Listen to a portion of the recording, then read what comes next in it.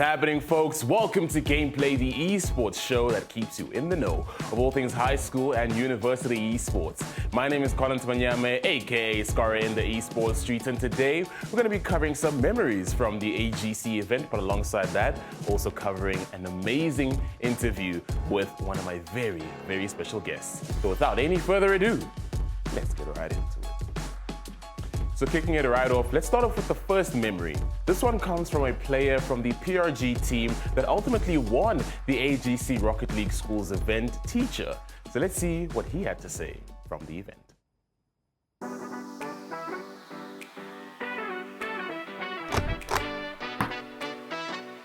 I'm Sunaim Kotse. I am from Hoërskool Die Anker.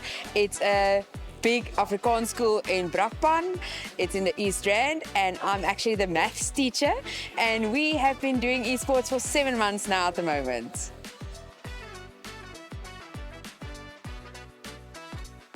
So from being online, it was very structured and everything, and then all of a sudden, wow, you get an invite to a LAN and he's very excited. And now you have to compete in living life against someone that you maybe have met online, and that I think is an extreme, not even a challenge, it's an extreme experience for the learners to participate in a LAN that is so big.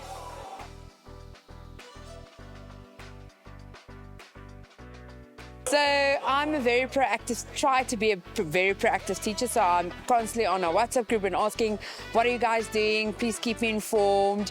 What is the, what do you call it? The environment like? Are you happy with your team? Are you not happy? What can we change? What can we focus on? Is there someone that I need to contact for strats? If you want to do something specific, do you want to focus on something specific? But we just have Fortnite at the moment. So I would like to grow into all the other genres that is available at the AGC.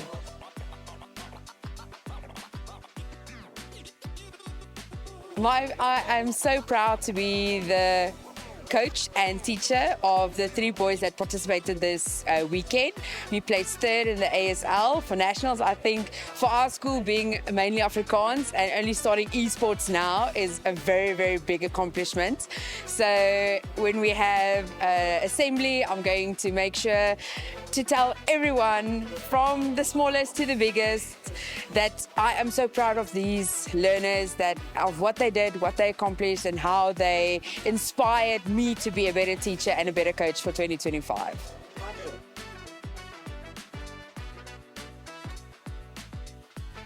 Okay, so for 2025, my greatest focus point will be to evolve in our genres that we have at school, see if we can maybe get more learners to participate regarding the Rocket League, the soccer, and I'm not sure what else, the Valorant and Overwatch, to get more learners participated in, because there's so many learners that don't do anything at school, and I think esports is a very next step for them to be more involved in school activities and make it more fun for them.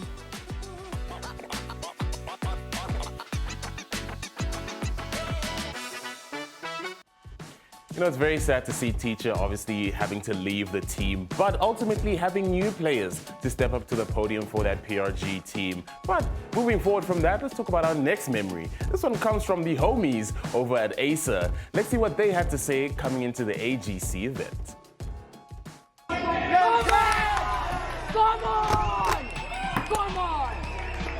My name is Mahlatsi from Acer. I'm the education specialist. So what brings me to this wonderful event is that all the activities of eSport and what is invested in eSport. As a representative of Acer, we are out here to basically support the initiative of young students and also people in varsity as well, who are entering into the spectrum of eSports learning and want to get involved in a competition such as eSports. So Acer's focus is basically to provide the equipment that will be able to gear the students to get to the next level and also compete at the highest scale. Basically, we have technology is a very important factor of our life, and us bringing out the equipment that we have will assist all these esports professionals and soon to be professionals to get involved and compete and also, you know, fly the flag high from the South African spectrum, yeah. Okay, so what I enjoyed the most is basically the F1 racing on the simulator racing. Yeah, no, I'm a little bit, shaky on driving there, but I need to improve on that. And then also another station that I interacted with very nicely was the keyboard station. I enjoyed putting all the keys together, and I didn't know that I was not so clued up with when it comes to setting up an actual keyboard. And then the biggest thing I would say is the support from the parents that we have in the area as well, supporting the children to go further and push themselves to grow in this esports, and they see so much opportunity in it. So I see that from that perspective. I say that this is going in the right direction, going forward.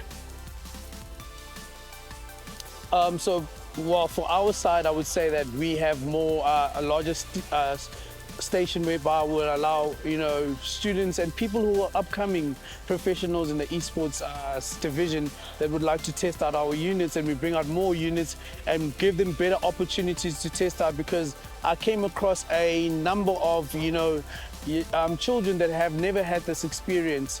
For AGC, I just say they just should go bigger and also allow more. We should just bring in more younger people into the space and give them that opportunity, because not everybody out here has that opportunity to interact with these devices and also play certain games. So to compete competitively, we have our latest Nitro V15. So that is a good entry-level, nicely priced unit with a good graphic cards, packs power when it comes to the CPU as well. So that is basically something that I would literally put in my bag and start challenging people. I'll be ready to start fighting the V15 Nitro. That's my choice.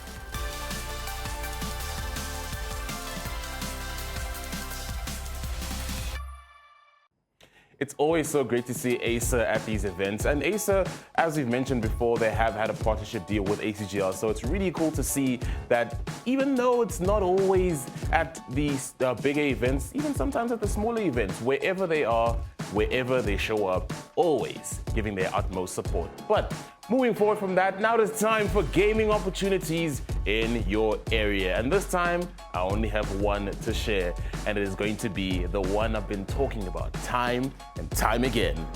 It's finally time. From Rosebank Mall all the way through to Table Bay, the Shift Gaming Experience had its multiple qualifiers and pop-ups. And now it is time for the grand final. From the 11th to the 15th, if you're in Cape Town this week and you're looking for a quality gaming experience, head over to Canal Walk, where the final stop of the MTN Shift Gaming Experience takes place. Compete in the final EAFC 24 qualifier, where the grand final has a prize pool of 30,000 Rand. You can also compete in Street Fighter 6, Tekken 8, and a whole lot more, while taking on challenges and trying to win multiple spot prizes available. Meet me alongside some of the biggest creators and pro players in the local esports scene at the experience. So I hope seeing you there.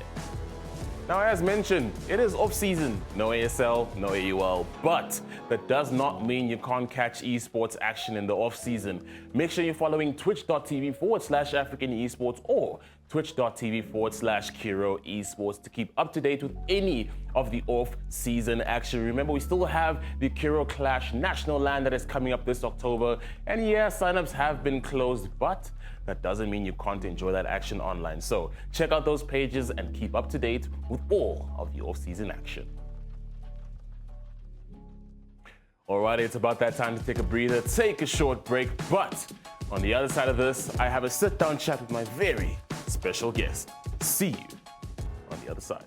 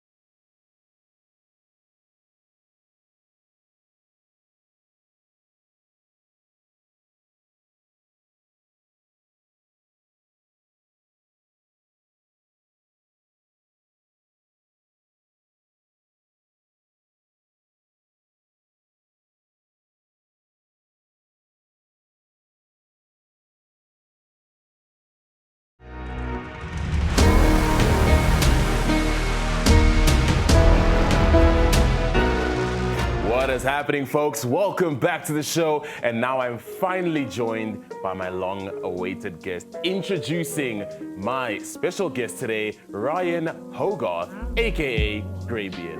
How are you doing today, good sir? Hey, Scar, I'm well, and I've waited far longer than you have, so I got a few years on you there. Okay, that is fair. That is fair. You're not wrong. But I mean, just to let those who are watching know who you are, you're South Africa's premier esports talent when it comes to casting. You've put a voice to a majority of the biggest events locally for Rocket League, including HSCL, AGC, SSA RLCS, and even AGC Weekly Cups. And that's not all. You also had the honor of casting alongside Altruism for the RLCS Copenhagen Major this year, covering Limitless Journey, which had never happened before for SSA Rocket League. I mean, what a journey. It is, and it's an amazing thing, and I feel very privileged to be able to do it and to have been involved. So yeah, I feel like later in my life I'm living my best life. I mean, that's a dream, right?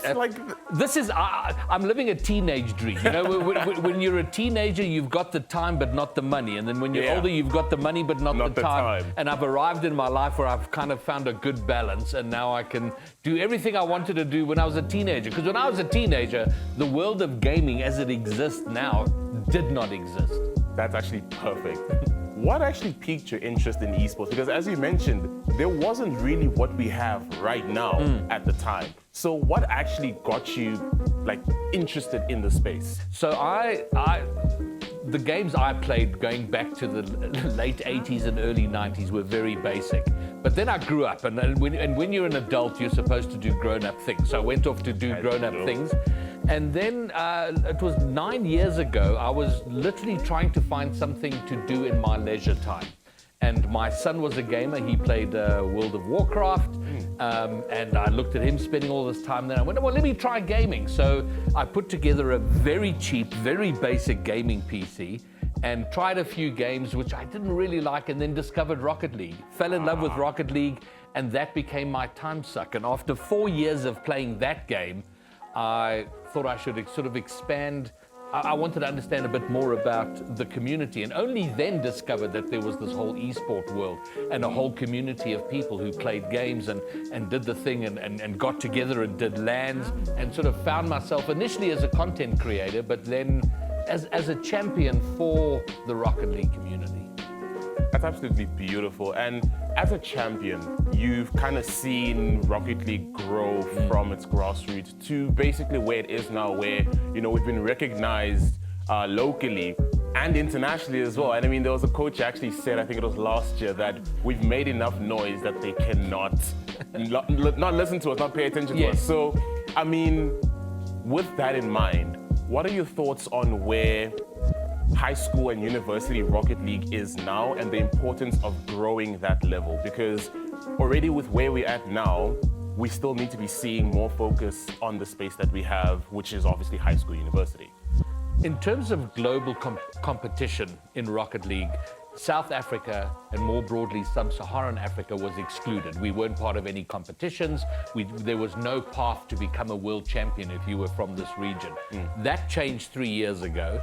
But where we found it, suddenly we were thrust into the global scene, but the skill gap between us and the rest of the world was huge. So that's what we've struggled with over the last 3 years. And I've come to see the critical importance of building the entire chain that comes before that. Yeah. And at some point we're gonna have to deal with the primary school, but like from primary school into high school, into university, into the professional scene. If our skill gap is gonna close, we need to draw from a massive base. And so the Rocket League base is not big enough yet. And it gets bigger by making superstars out of high school players, and then having them having for them a channel to, if they go to university, and then a channel into the broader community, and from that into the pro scene. And so I see that as a chain. And the stronger that chain is, the better it is. And for me, from my perspective right now, schools and community are the two critical bases on which we will build a globally competitive Rocket League scene. I mean, for sure. First of all, when you take a look at the community side, that's obviously where you have the support that actually comes through for the space. And then obviously with schools, that's where we have the young talent. And I mean, you've already seen some young talent. I mean, you've been alongside some of the PRG boys who recently won the AGC event. So what is it like as someone who's, fell in love with the game of Rocket League, fell in love with the scene, and has actively wanted to see growth within the space and seeing this potential in the young up-and-coming players? I tend to be overly emotional in all the things I do. I get very excited, casting Rocket League and being a part of it, but then also to see, in fact, there's a picture up here, this one here. This is from AGC in Cape Town in July. Yeah. And this little kid here, for me, made the entire weekend worthwhile. He's 14 years old. He's grinding the game. He has hopes and dreams of becoming a great in the game. And that's been possible because the mechanisms are being built where you have ACGL going into schools and making it possible for this sort of thing to happen. So when I see that, and then over in Reunion Island, and Reunion Island, I didn't even know it existed until 3 years ago and realized they're part of sub-Saharan Africa. And they're this tiny island of 800,000 people that are just producing Rocket League players like, it's unbelievable. I mean, they are French, so they're influenced by French Rocket League, which is great. And there we have 14-year-olds, 15-year-olds who are becoming names in the game. And that gets me incredibly excited about the future. And all of this that we're building in 2, 3, 4 years' time, they are going to be the international superstars, I hope. Yeah, we hope. But I mean, that's kind of the whole basis of everything now, is just building those platforms for them to kind of obviously work through. But obviously, that is a dream that we hope to see coming forward. But another dream that's slowly but surely coming into the eyes of some people is casting. So you've brought a voice to some of the biggest events locally and internationally as well. What would you say to a student watching on right now, and what's the best course of action to try and get into casting? If they want to get into casting, what advice would you give them on how to sustainably or do it in a way that isn't necessarily going to maybe burn themselves out or hinder their opportunities of growth within the space? Well, let me take it from what we've just spoken about in building a huge base and why that's important. And it's not just the player base, people who are good at Rocket League. It's the entire industry and community that builds around that. Content creators, more tournaments. More tournaments means we need more broadcasters, people who can stream stuff, people who can cast. So in order to have casters and broadcasters and all the talent that goes around an esport, you've got to have that big base, right? So it's not just about being globally competitive, it's making an industry where someone who goes, I'd love to cast, can go in and actually make a living do it, or make something of a living doing it, make some kind of money doing it. So my advice is this, is first of all, start streaming and get comfortable with, being in front of a camera and talking. Just cast private games. Get some of your mates together and say, play, I'm going to cast you. I'm going to stream and I'm going to cast you. Get used to do that, used to doing that. Listen to other casters in terms of improving one's own skill, and then attach yourselves to the communities. And we have Rocket League has Africa's biggest community-run esport league by some distance, I think. We have hundreds of players, and we need casters. That's all community-driven, and it's the perfect place to get into, to meet people in the community, network, and get practice in one's skill as a caster. So plug into communities and network and hone your skill, and then you'll get noticed, and from there you realize who you should be in touch with and how you build your career. But start streaming. I think become a content creator, and not one that, where you're spending all your time and effort doing it. Just get used to the idea of being in front of a camera and engaging an audience. Yeah, I think that's obviously the most important thing, is just being able to be comfortable, right? So would you reckon it's also sometimes a good idea to, as you said, maybe sometimes look at doing a lot more of these practice broadcasts? Can that help a lot more with them trying to hone their skills? If I look at my own journey, and I started as a content creator. I thought I was going to make content about, I was trying to be the oldest grand champion in the world in Rocket League. I thought that was a pretty cool story, a cool journey to follow. So that's how it started. But then as I became more broadly aware of the esport, I found myself doing more of the casting thing. And it is, I'm trying to remember your question, Skara. I feel like I ran off. What is your question again? So basically, I was just saying, so does it help to hone your skill when you are doing a lot more of these practice matches? Okay, yes.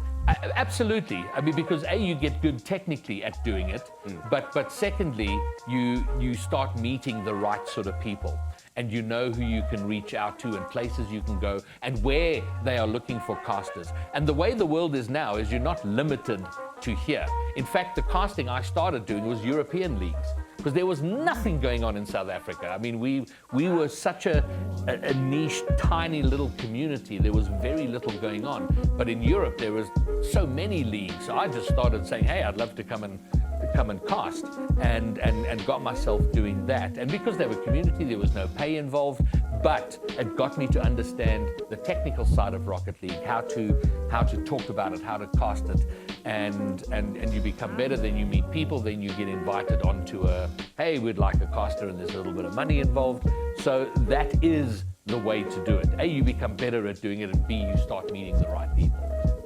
Fantastic stuff. So to kind of close things off, I want to know, is there something you'd like to share maybe with students or teachers or parents that are watching right now with regards to the space? Because I mean, as you said, you've been a part of the scene for quite some time now. You've gained a lot of knowledge, and I'm pretty sure we had a chat as well, and you said you enjoy sharing information about esports, about the space, and just allowing people to know more about it. So is there something specifically that you'd like to share with them right now? So I find myself in an interesting place. I mean, I'm dealing with young people. I mean, we're talking about Manoto over here who's 14, all the way to the high level players who can be around 22, 23. So it's a young audience, and it's interesting for me as a more mature person seeing what they are anxious about and worry about and their insecurities. But because I have some life experience, I've also spoken on numerous occasions with parents. Yeah. And that's one of my favorite things to do, because it is concerning. You've got to, your son disappears into their room for hours and hours, and you're like, oh, they need to, what about homework? What about, and it's seen as gaming is often seen as a distraction to real life. Yeah. And the message I want to convey is this is an integral part of one's broader life, and the value and importance, the value that can come out of gaming and esport, the friends you make, the networks you make, the discipline you learn. Surprisingly, there is, if you want to be really good and compete, there is discipline, and you learn that within. But like with everything, there's a balance. Yeah. So those are the conversations I want to have with parents who worry about their son or daughter spending so much time in the game. What is the balance they should? And we've come to realize that, mental health, physical health, diet, all of these things combine for a happy life. You can't disappear into a basement. It's the last we see you for 3 weeks. Yeah. So I think what I'm trying to convey, Rocket League I love, and I recognize that I'm uniquely tunnel visioned on the game, but it's an incredibly accessible game. It's a very friendly game. It's easy to understand, and it's building an incredible community, and one that people should be a part of. So if you're a player, find out about the community, get involved with it. If you're a parent, I'm happy to have a conversation with you and allay some of the concerns and give some advice on how to guide through that process. Absolutely beautiful, and I couldn't have said it any better myself. But it's been an absolute pleasure. Thank you so much for joining on the show today. Thank you, Skara. It's been awesome to be here. Fantastic stuff. But ladies and gentlemen, that has been Gameplay. I have been your host, Skara. Thank you so much for joining us once again. Remember, we'll catch you same time, same place next week, so don't miss out. So take care, stay safe, and GG's gamers.